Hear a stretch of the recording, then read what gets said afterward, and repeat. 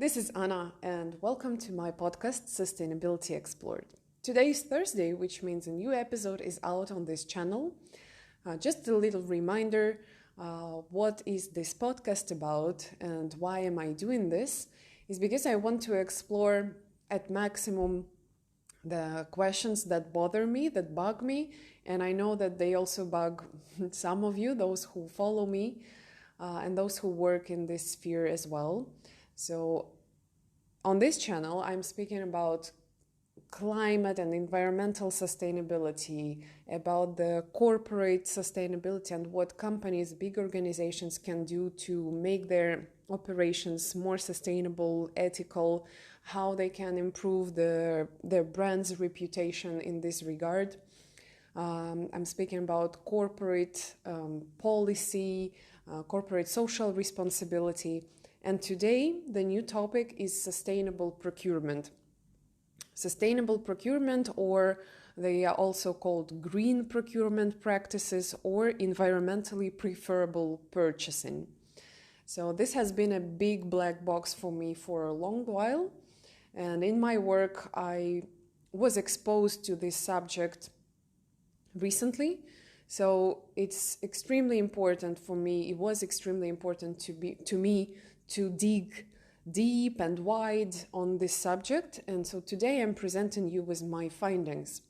As always, with the subject that is first described on this channel, this is only what I call a surface scratching, but might be important and useful to just start doing at least something, some first steps if you are implementing sustainable procurement in your company, in your practice.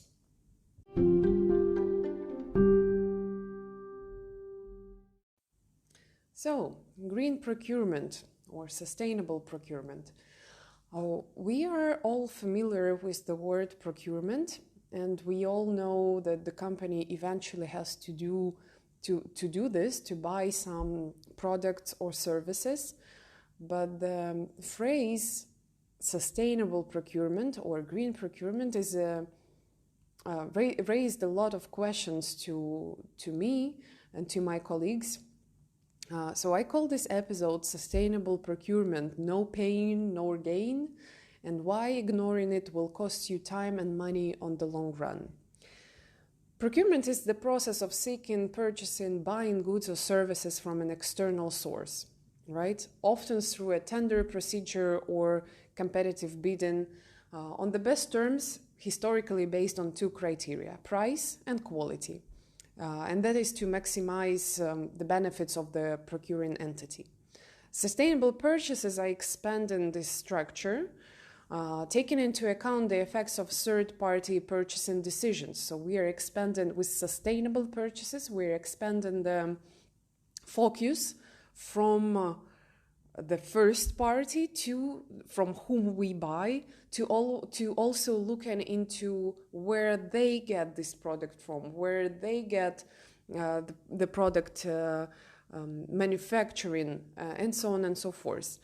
This creates such like a so-called triple baseline of external issues that should be performed by the procuring entity.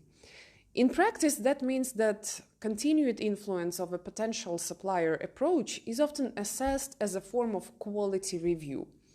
The structure is also known as a triple bottom line, and those who have listened to the episode previously on sustainable, I think it was sustainable reporting or something like that, episode number 6, if I'm not mistaken, where I have already spoken about triple bottom line. In short, that means interconnectedness of economy, society, and environment, and taking all these issues into account equally to meet somewhere halfway to create, so where they overlap, sustainability is created. Then that is called also triple bottom line. 3 aspects of sustainability. Sustainable procurement process is usually associated with public policy, although it also can be applied to private sector as well. Ensuring a sustainable procurement approach involves reviewing short-term needs and taking into account the long-term effects of each purchase. And long-term goals related to resource efficiency, climate change, social responsibility, and economic sustainability are also included. Sustainable procurement involves a higher level of cooperation and interaction between all parties in the supply chain. Many enterprises globally have already adopted a broad interpretation of sustainable procurement and have developed tools and methods to support this interaction and cooperation. While preparing for this episode, I stumbled upon such a non-governmental, non-profit organization called Sustainable Purchasing Leadership Council, or SPLC.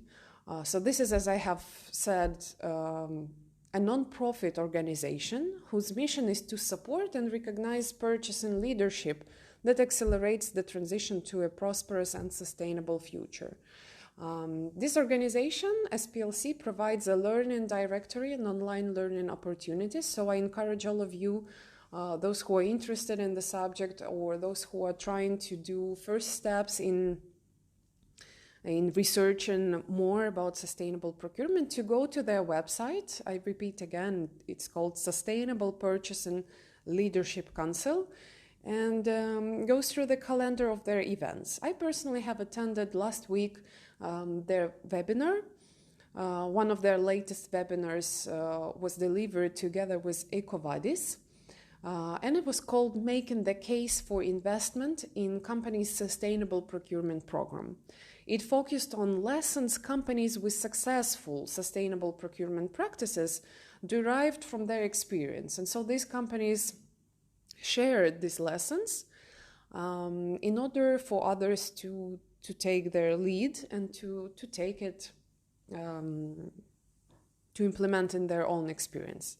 It turns out that the commonly needed resources, regardless of the activity sector, are staffing. So everybody and everything, every single business in this world relies on committed and trained people. So staff, impact assessment, which means identification of areas of high procurement impact, supplier assessment, research support, usually for individual project area initiatives, and good consulting and membership. This is to keep on top of trends and learn from the others, of course. So the lessons successful companies took from their experience convincing top management of taking real actions towards leadership in sustainable procurement were boiled down, according to the webinar, to 8 pillars. The first one is customer revenue, then goes the issue of investors. Investors usually ask about environmental, social, and governance issues. ESG should be a familiar, a commonly used abbreviation, and I have already spoken about ESGs briefly in the previous episodes.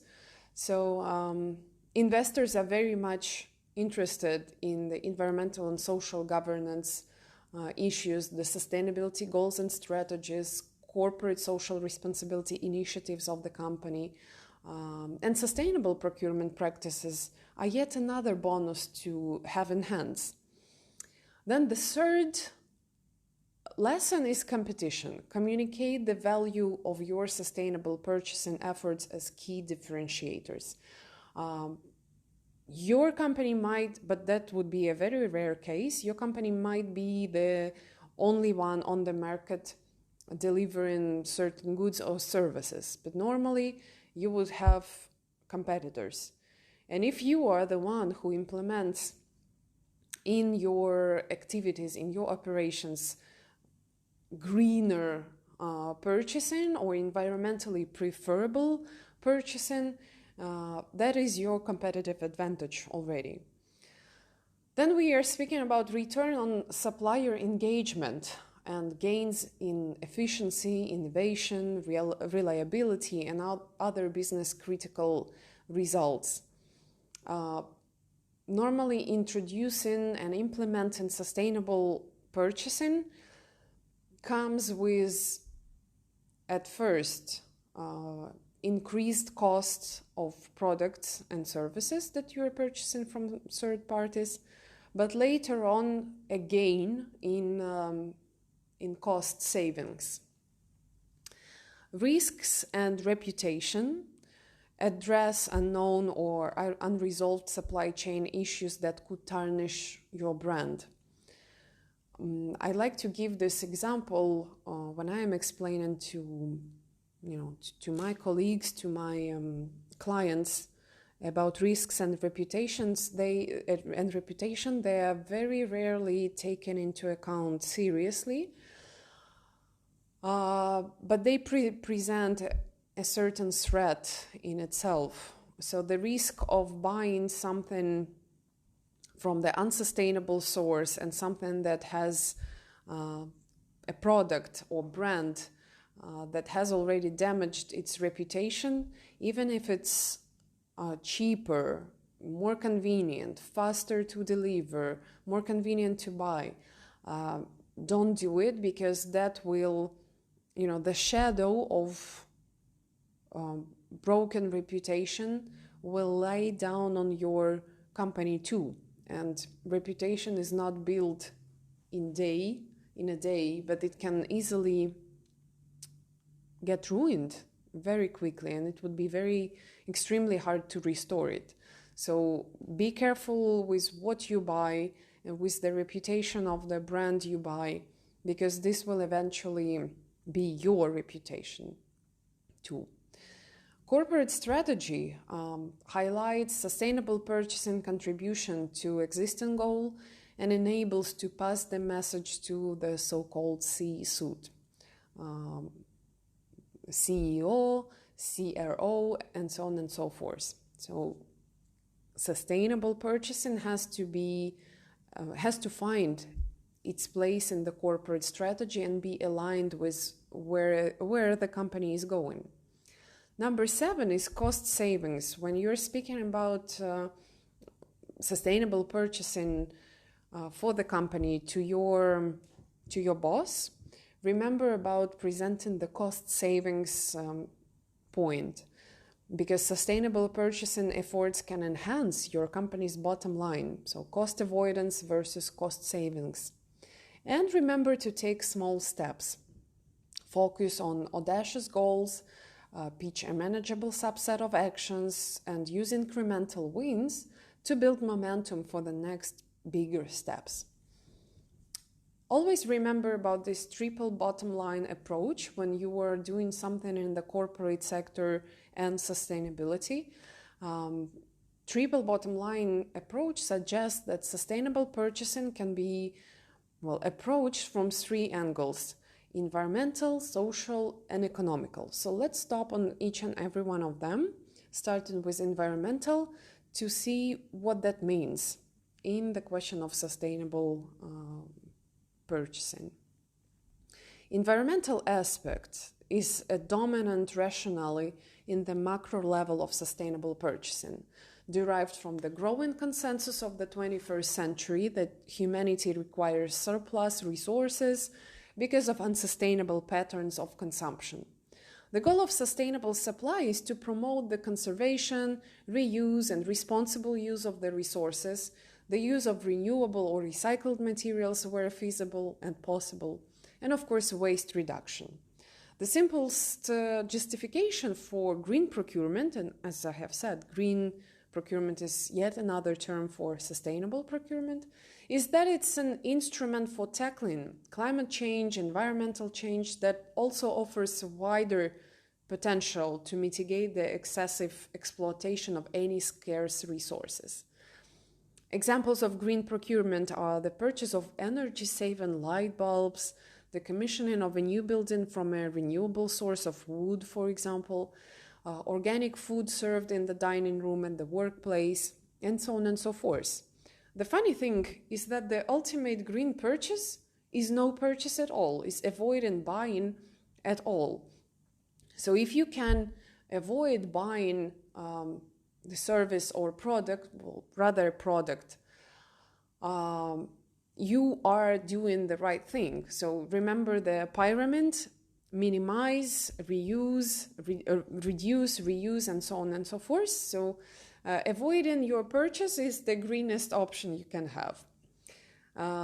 In support of the Sustainable Development Goals, or SDGs, issued by the United Nations, organizations develop and publish their own sustainable procurement guidelines and procedures that help them guide themselves in this journey, in this path of implementing green procurement.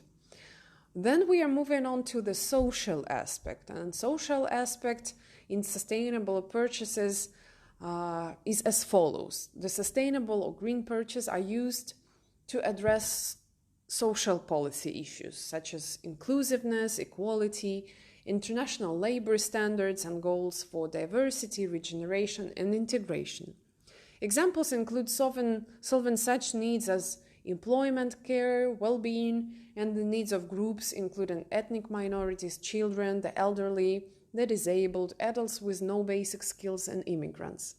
The criteria for socially responsible purchases can be applied at each stage of the supply chain. What it means on practice is that you will not buy and your company will commit to not buying from, let's say, brands and products that are coming from the areas where farmers are underpaid, where resources are coming from unsustainable sources, where child labor, God forbid, is used, where immigrants are involved, or they are detained, they work without documents, or forced labor, where people are forced to work without payment. Because they are not anymore holders of their own documents.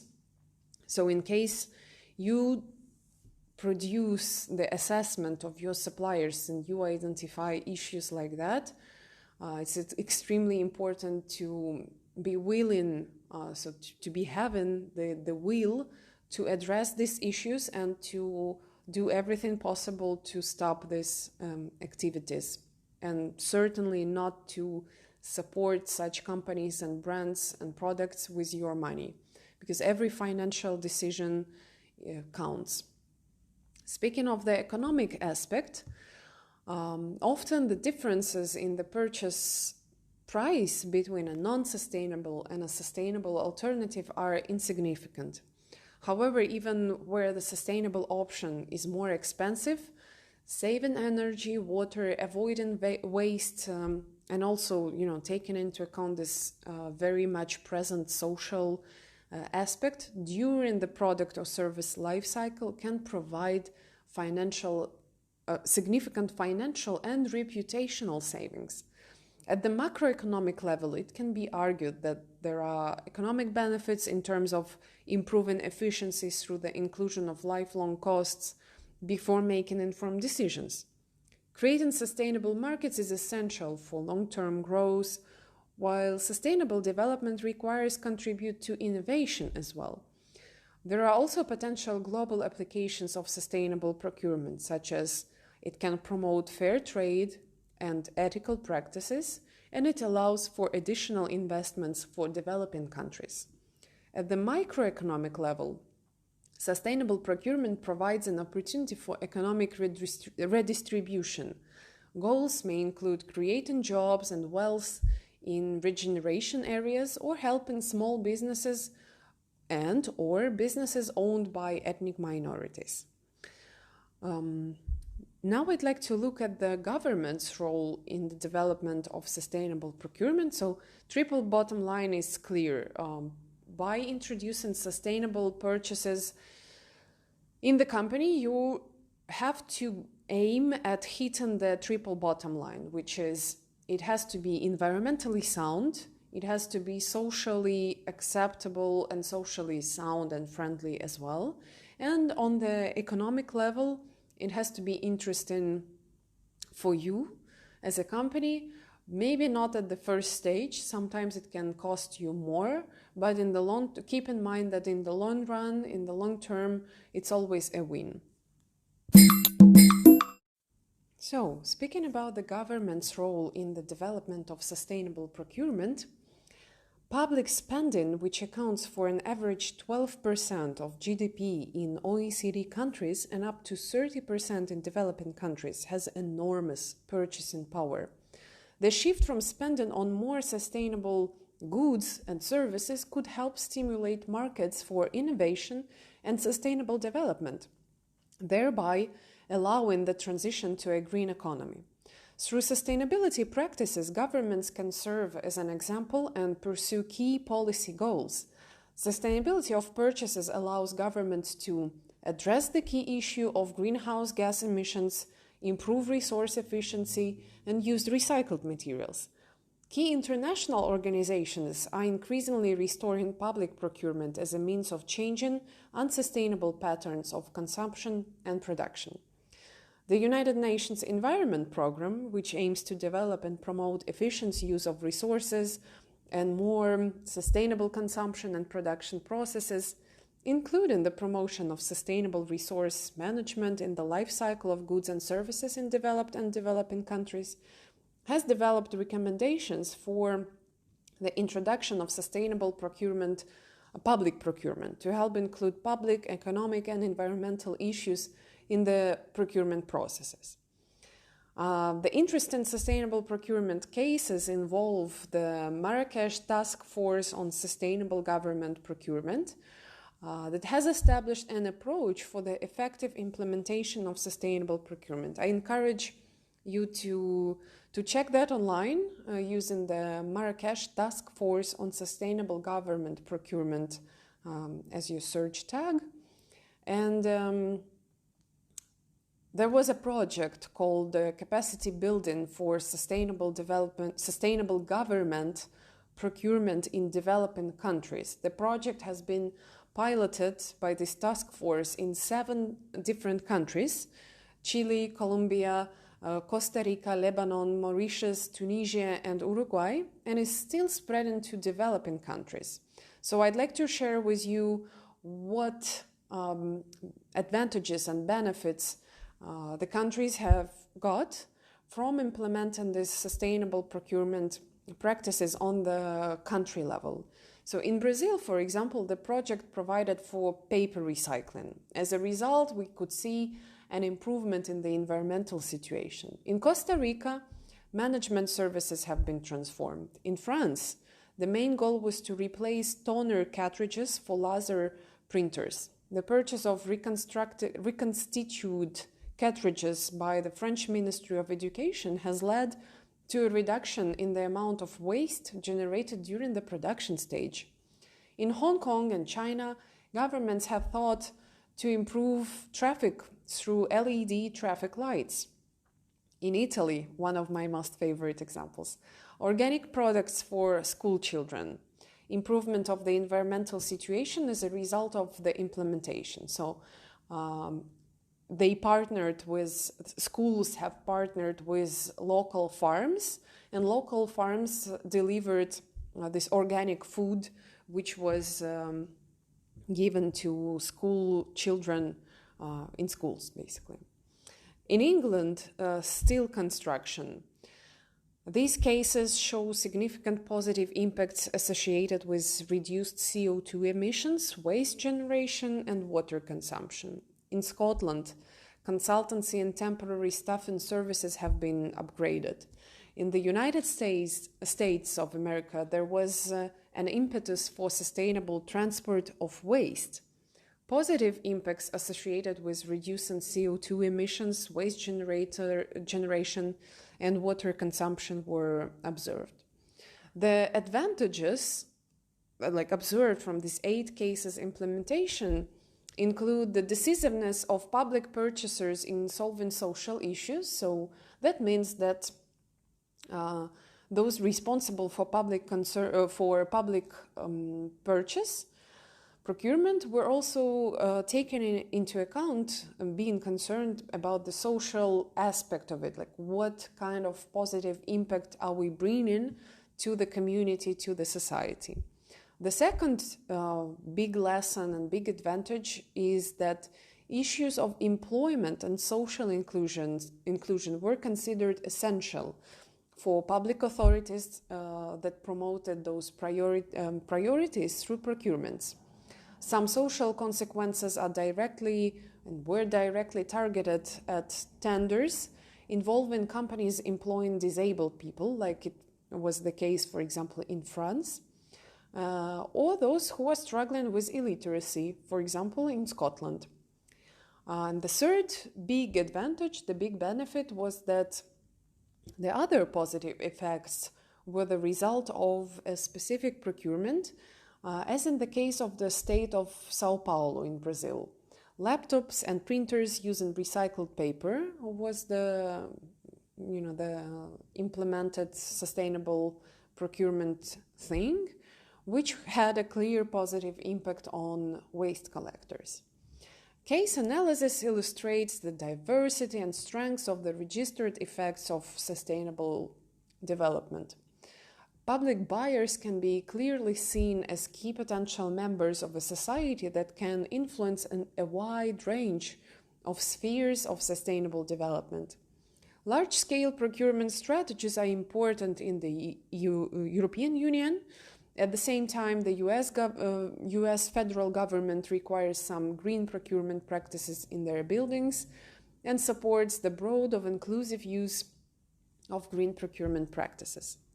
Sustainable purchases help local governments save money, create local green jobs, and improve environmental sustainability. According to the criteria for sustainable procurement, any customer organization may adopt a broad approach to sustainable development reflecting local economic, environmental, and social needs, as well as cross-cutting sustainable development strategies such as life cycle assessment. Now I want to jump to the influential organizations in the sphere of sustainable procurement. Who they are, what they do.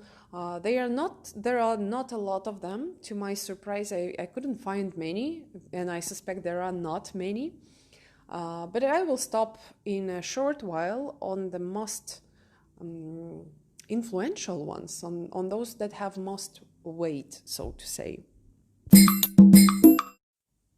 So we're off to discover now the three big influential organizations in the sphere of sustainable procurement. The first one is the Greater London Authority, which is the first public sector body that publishes a policy of consistent purchasing, which promises to give a clear competitive advantage to companies that have demonstrated the commitment to sustainable purchasing issues. The policy reflects the mayor's enthusiasm for the public procurement measure as an instrument for promoting social inclusion, equity, equality, and environmental goals. The second one is Procura Plus. This is a network of European state bodies and united regions that is exchanging experience in acting in the field of sustainable and innovative procurement. The third one is the ICLEI, or the Local Governments for Sustainability, founded in 1990 as the International Council for Local Environmental Initiatives. It is a global network of cities, towns, and regions that strive for a sustainable future. I encourage you to go and discover all three of them. So, International Council of Local Environmental Initiatives, Procura Plus, and Great London Authority, if you want to find out more information about them. I will not go deeply today. The major approaches to green procurement are either based on product or based on suppliers. So these are the main two approaches that can also be combined. Based on product, this is when the organization considers the flow of products in the supply chain and assesses the environmental authority of itself and its suppliers. This path is usually used when an organization wants to understand the impact of a product or a range of products for strategic and marketing purposes. This approach can also provide a vivid picture of the supplier's processes. The second approach is based on suppliers. The organization can analyze the supplier's corporate social responsibility, which I already spoke about in some other episode, earlier, a couple of weeks ago. So organization can analyze the supplier's corporate social responsibility management system and its compliance with the law and this corporate social responsibility standards of the purchasing organization. In this case, the organization measures the environmental and social risks that may be imposed on them by the supplier. If implemented effectively, this method will show whether the supplier meets the environmental standards of the organization and whether the suppliers meet the requirements of the law. Some estimates improve the entire supply chain, providing incentives for other businesses to be more sustainable. Companies can use different tools to evaluate their corporate social responsibility management system that I have mentioned earlier. There are four main steps. First one is the self-assessment questionnaire. The second one is the free impact assessment using Corporation B certification. Check out more about the Corporation B and especially about the author, Pavdan Sukhdev. You will find a lot of interesting information there. So Corporation B is your place of research. The third one is the company can do estimates of scientifically based targets. And the last one, but not the least one, on-site audit programs that are managed internally or through third parties. These four steps will help your company evaluate your corporate social responsibility management system. How about the green procurement in the organization now? There are 8 easy steps to make the procurement policy of the organization more environmentally friendly, or I call it by the invented verb environmentalize. So what can you do? 8 steps. Create a team of green buyers. Perform basic inventory. Set environmental criteria. Develop the green supply specifications. Take advantage of partnership opportunities. Write your own green procurement policy. Train staff and community. And regularly review and upgrade the policy. Going beyond the usual 3R, which is reduce, reuse, and recycle, the company can try to implement 10 more principles of redo something. About them after a short pause. So going beyond the usual 3R, reduce, reuse, recycle, is a tricky thing to do. But sustainable purchases, sustainable or green procurement allows for much more imagination than just these 3R. So try to implement the following principles: reclaim, improve, get back, or make operational once again wasted or degraded resources. For example, in the case of degraded or unusable land or derelict buildings. Reconsider. Used in relation to sustainable living, reconsider the need for a wasteful living lifestyle, the overuse of resources and redundant materials, in order to have a minimal impact on the environment. Recover.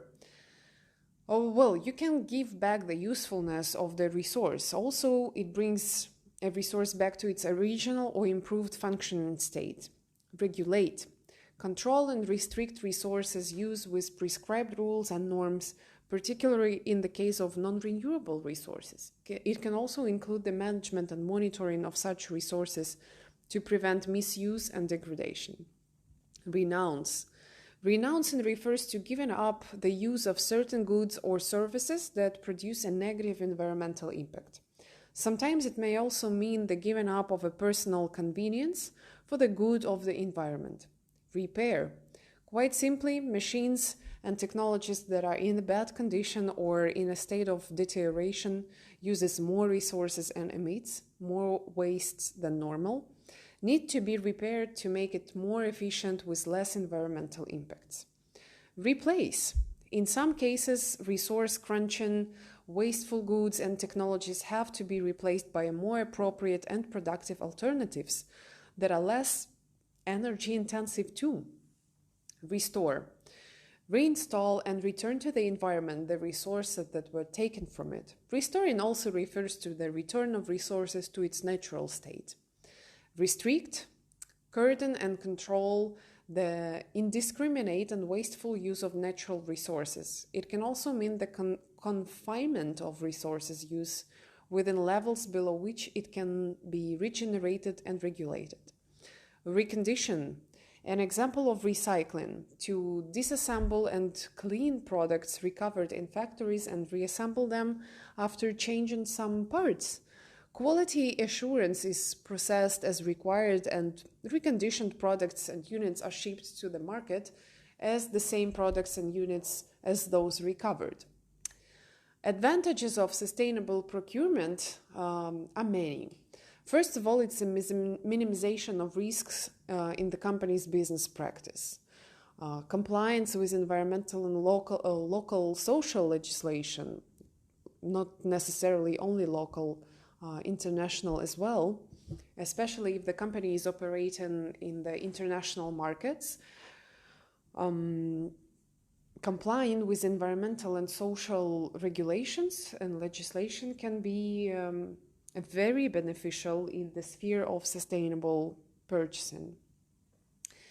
Then increase in consumer perception, which means improved reputation. This is also one of the advantages of green procurement. Cost control, applying a wider approach to determining the cost over the product life cycle. Creation of markets for new products and services. Reduction of costs and resource efficiency improvement. Competitive advantage, as I have said in the beginning, if your company implements sustainable procurement practices, this is your competitive advantage per se compared to your competitors.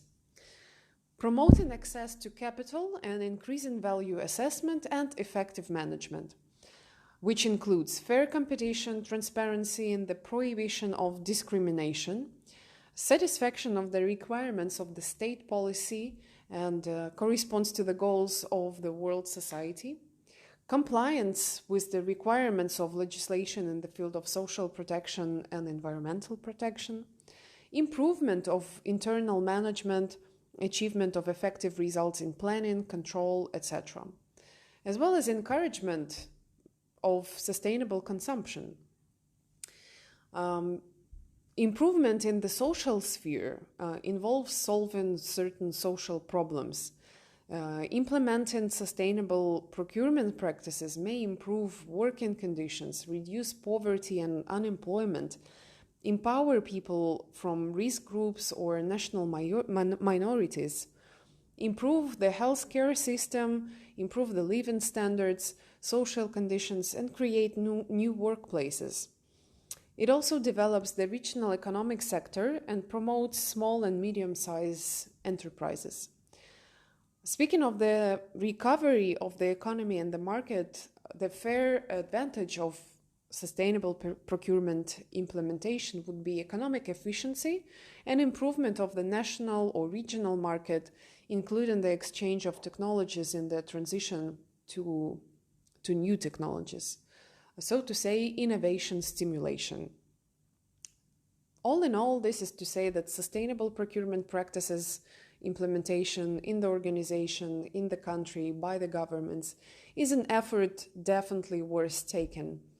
Your organization's practical path towards green procurement can be whether pain or gain, but in the long run, in the upcoming green economy reality, it will save money, time, and help gain competitive advantage.